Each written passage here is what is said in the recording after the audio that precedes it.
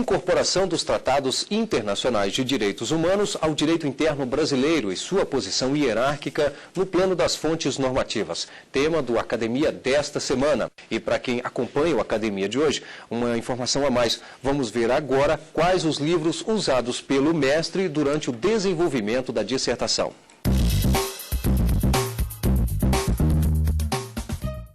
O poder de celebrar tratados, competência dos poderes constituídos para a celebração de tratados à luz do direito internacional, do direito comparado e do direito constitucional brasileiro, de Antônio Paulo Cachapuz de Medeiros, publicado pela editora Fabris.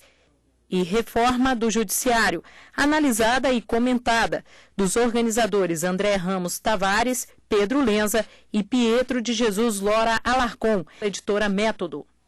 Bem, vamos então agora à parte do debate do programa Academia de hoje, a quem eu gostaria aqui de agradecer pela presença e também já passar a palavra ao Márcio Garcia, que é doutor em Direito Internacional pela USP. O tema é um tema extremamente interessante, importante e momentoso, né?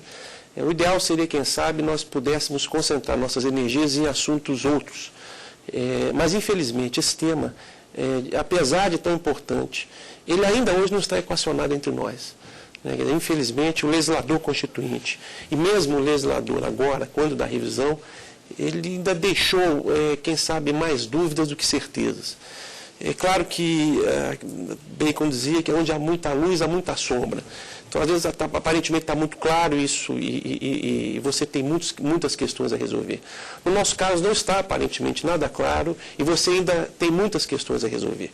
Esse tópico específico, sobretudo da hierarquia, ou melhor dizendo, do direito internacional na nossa Constituição, ainda é um tema que, para a felicidade da academia, né, ele é passível de inúmeros desdobramentos em termos de trabalho acadêmico.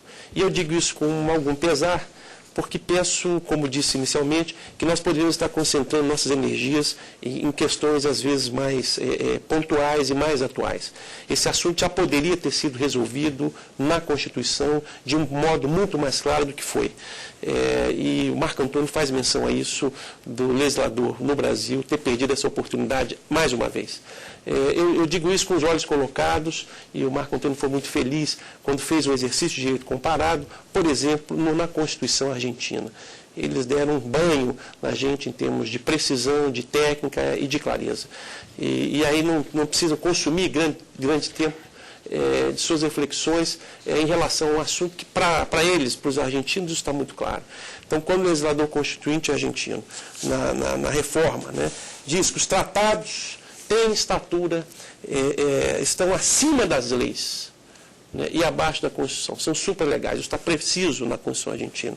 Depois eles avançam. Esses tratados elencados, Declaração Americana de Direitos Humanos, enfim, tem uma lista de tratados, tem hierarquia constitucional. Isso é de uma clareza que não demanda nenhuma interpretação. Quais são os tratados que estão aqui? E foram além. Esses tratados são passíveis de denúncia, desde que seja ouvido uma vez mais o Parlamento. Esse é o artigo 75, inciso 22 da Constituição.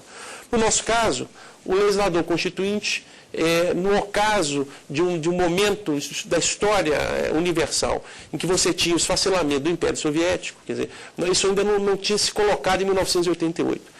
Então, o tratamento que se deu, a meu sentir, para o direito internacional na Constituição foi um tratamento aquém do que poderia ter sido. Fosse a Constituição, o legislador constituinte tivesse trabalhado nos anos 90, provavelmente teria sido um pouco mais condescendente, mais próximo do tema do direito internacional. E aí se insere a questão dos tratados de direitos humanos, cuja temática seja direitos humanos. E, obviamente, que a gente observa que, infelizmente, o parágrafo 2º, né, que, pelo pensamento de muitos, ele, dentro de uma ideia de qual era a mens legislatórias, né, ele teria resolvido o problema. Mas o fato é que não é claro, isso é uma interpretação possível, eu comungo um pouco dessa interpretação, mas quem poderia dizer, dar a última palavra, já que o texto não é claro, que é o Supremo não entendeu assim. Daí a necessidade, como o Marco Antônio bem colocou, de um novo dispositivo, que foi o parágrafo 3º, que também, infelizmente, não resolveu muito precisamente, a começar de uma linguagem que, técnica legislativamente falando, é absolutamente falha, equivalente à emenda constitucional, equivalente à norma constitucional. Quer dizer, o que é equivalente a? Então já começou, vamos dizer, mal parado. E aí deu margem a inúmeras questões, e as dúvidas são muitas, né? E penso que no trabalho do Marco Antônio, o texto da dissertação está extremamente bem estruturado, os capítulos eles têm uma dimensão física que correspondem, a introdução coloca precisamente qual é o seu objeto, a conclusão ele avança em ideias próprias, o que é louvável numa dissertação de mestrado, porque você não está exigindo originalidade. Eu tenho uma certa facilidade específica por acompanhar muito das suas reflexões e algumas coisas que ainda ficaram não resolvidas. Isso não é um problema do trabalho do Marco Antônio, mas é um problema que está focado exatamente nessa dúvida que nós temos, que ainda paira no ar. Então, as questões que eu gostaria de colocar nesse espaço, nesse tempo que me resta, é a primeira, uma observação que o Marco Antônio fez e que me preocupa também, nesses tratados que foram aprovados, seguindo o rito do parágrafo 3º, e até que nós tivemos um único caso, a Convenção Internacional sobre os Direitos das Pessoas Deficientes, né, seguiu esse rito, o Parlamento não sabia exatamente o que fazer. Né? Se seguia o procedimento normal, que era publicar o decreto legislativo de aprovação e dar sequência para que o Executivo, então, promulgasse, o que, a meu sentir, foi um equívoco, com devido respeito, porque a gente poderia ser um ato da mesa. Porque se nós entendemos que tem estatura constitucional, não haveria necessidade. Publicado um decreto presidencial, o 6949, que então incorpora a convenção ao nosso ordenamento jurídico. E a pergunta tem a ver, quem sabe, até mais um pouco na área do direito constitucional. Né? Qual é a estatura desse decreto presidencial? Quer dizer, o decreto presidencial é equivalente a uma emenda à Constituição? O que seria isso? É algo que realmente me causa alguma perplexidade. Então, tendo em vista que é o primeiro caso, considerando que nós não tínhamos, então, nenhum antecedente, nenhum precedente, como é que nós vamos entender esse parágrafo? E, por fim, a questão da denúncia dos tratados. Né? Você tocou rapidamente na tese, problema da denunciabilidade, da necessidade ou não de você ouvir novamente o Parlamento para aquelas hipóteses em que o Parlamento teve que aprovar o tratado. Seriam essas duas as minhas indagações e felicito pelo trabalho. Com relação à necessidade do decreto do Executivo, a minha opinião, colocada no trabalho, inclusive, é de que, após a emenda 45, o decreto seria desnecessário. Até por vários motivos, os principais é de que não há previsão no texto constitucional da necessidade desse decreto. A doutrina e a jurisprudência, quando afirmam a sua necessidade, afirmam esta necessidade em razão do histórico, em razão de um costume. Então, não há dispositivo expresso. E com a introdução do parágrafo 3º, com essa expressão, diga-se infeliz, de equivalente à emenda constitucional, a pergunta que pode decorrer, que eu trabalho no texto também, é se esse equivalente, a intenção do legislador era equivalente no sentido material da posição hierárquica, mas se esse equivalente também não aproximaria esse procedimento a um procedimento de aprovação de emenda à Constituição. Como bem colocou o Márcio, a minha opinião também, dispensa a participação do Executivo nesse último momento. A promulgação é feita pelas mesas das casas legislativas. Minha opinião é que bastaria isso. Mas já que a prática, o costume, eventualmente o costume constitucional, leva nesse sentido, mais uma vez o Executivo confirmou essa prática e editou esse decreto comentado pelo Márcio. A minha opinião aí, já que existe essa questão, é que não se deve levar em consideração o decreto ato formal. Porque, na verdade, a minha opinião, na verdade, é que esse decreto é o veículo introdutor. Porque o que é aplicado é o tratado. Então, esse decreto, apesar de não ter dispositivo expresso no texto exigindo a sua edição, ele é meramente o veículo introdutor para que se dê mais uma vez publicidade. Então, a minha opinião com relação à posição hierárquica do decreto é que ela não deve ser considerada para efeitos dessa escala de fontes, que deve ser considerada tão somente como um veículo introdutor. E com relação à denúncia, também tratado no trabalho, parece que o entendimento que deve prevalecer é de que para a denúncia do tratado internacional deve existir igualmente a participação do legislativo. Não faz sentido para a celebração e incorporação do tratado internacional, sobretudo de direitos humanos, dada a importância da temática, dada a importância do assunto, exigir para a celebração e incorporação a participação do legislativo e para a denúncia não exigir essa participação, bastando tão somente um ato do Poder Executivo. É mais uma dessas questões ainda não resolvidas e a minha opinião pessoal é que deveria ser resolvida nesse sentido, pela obrigatoriedade, pela necessidade da participação do Legislativo. Bem, deixa eu passar aqui a palavra ao Saulo Tourinho, que mais uma vez participa do nosso programa, ele que é mestre em Direito Constitucional pelo Instituto Brasilense de Direito Público. Muito obrigado, Rimar, pelo convite.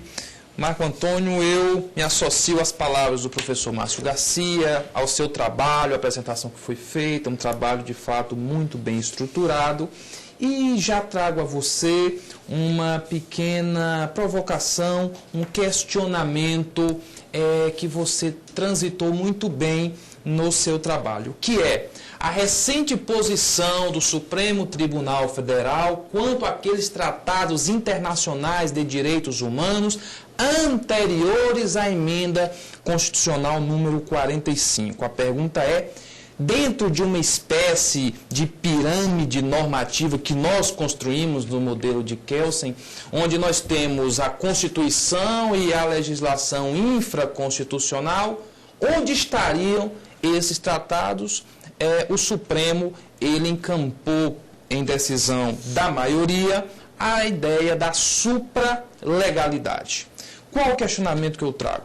Quando o Supremo, ele então definiu que esses tratados, eles estariam entre as leis e a Constituição, nessa ideia de supralegalidade, o Supremo, ele, por um lado, deu margem para que a doutrina o criticasse, dizendo: bom, foi estabelecido um novo patamar nessas espécies normativas sem que a Constituição Federal assim dispusesse. Isso é um lado da moeda.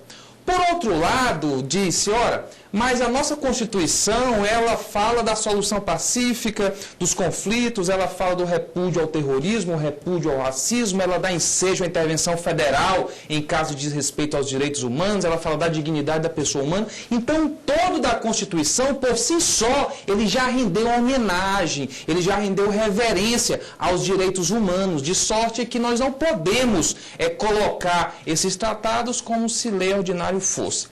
Dentro desse debate, eu gostaria, portanto, de ouvi-lo e de saber, dentro do seu trabalho e de toda a pesquisa que foi feita, como você se alinha nesta discussão. O Supremo Tribunal Federal, por maioria, expressou a opinião da supralegalidade, ou seja, após incorporado o Tratado Internacional de Direitos Humanos, ele ocuparia uma posição abaixo da Constituição, aqueles tratados anteriores à emenda, a uma posição abaixo da Constituição, porém acima da lei. Uma posição, portanto, supralegal. Seria então uma posição intermediária entre a lei e a Constituição. Isso, reforço, aqueles tratados internacionais de direitos humanos incorporados antes da emenda 45, portanto, que não tiveram a oportunidade de serem aprovados por esse procedimento novo. Esse posicionamento, ele é muito claro. Acho que não haveria, sem dúvida, nem quanto à posição, que seria intermediária, e nem quanto à finalidade, especificamente do Supremo Tribunal Federal e de parte da doutrina que defende essa posição do Tratado Internacional de Direitos Humanos.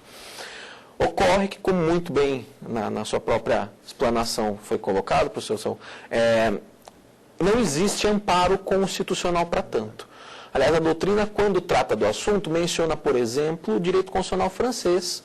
E realmente lá isso ocorre, mas ocorre por dispositivo expresso do texto constitucional. E tanto é assim que em Portugal, onde não existe esse dispositivo, tal qual no direito brasileiro, a discussão instalada é a mesma que no direito brasileiro. Então, meu posicionamento pessoal é que por inexistir dispositivo expresso, não haveria possibilidade de enquadrar esses tratados como de posição supralegal. Os objetivos são ótimos, prevalência dos direitos humanos. Ocorre que o pressuposto disso tudo é dizer que status, posição de lei não basta. E a impressão que eu tenho é que a crítica da posição legal desses tratados parte de um desprestígio da lei. Nós não podemos levar esse tipo de observação em consideração para querer atribuir algo que não existe expressamente colocado no texto constitucional. Não há nada de errado de dar essa atribuição legal ao texto constitucional. E só dentro do mesmo tópico, só que pensando, refletindo um pouco sobre a pergunta, a impressão que eu particularmente tenho é que toda essa discussão ela é travada em torno de um ponto central, que é a prisão civil por dívida. Muitas vezes, a resolução de um conflito, de um problema pontual, de uma questão pontual, ela poderia ser melhor equacionada resolvendo esse ponto específico. O voto do relator equaciona bem, dizendo que aquele decreto 911/69 é inconstitucional na sua conversão, no caso específico da alienação fiduciária. Então, às vezes, a discussão ela acaba extrapolando a sua real extensão. E essa é a minha posição pessoal, que é com relação à inexistência de dispositivo expresso no texto constitucional. Bem, após o intervalo, voltaremos com o debate sobre incorporação dos tratados internacionais de direitos humanos ao direito interno brasileiro e sua posição hierárquica no plano das fontes normativas. Até já.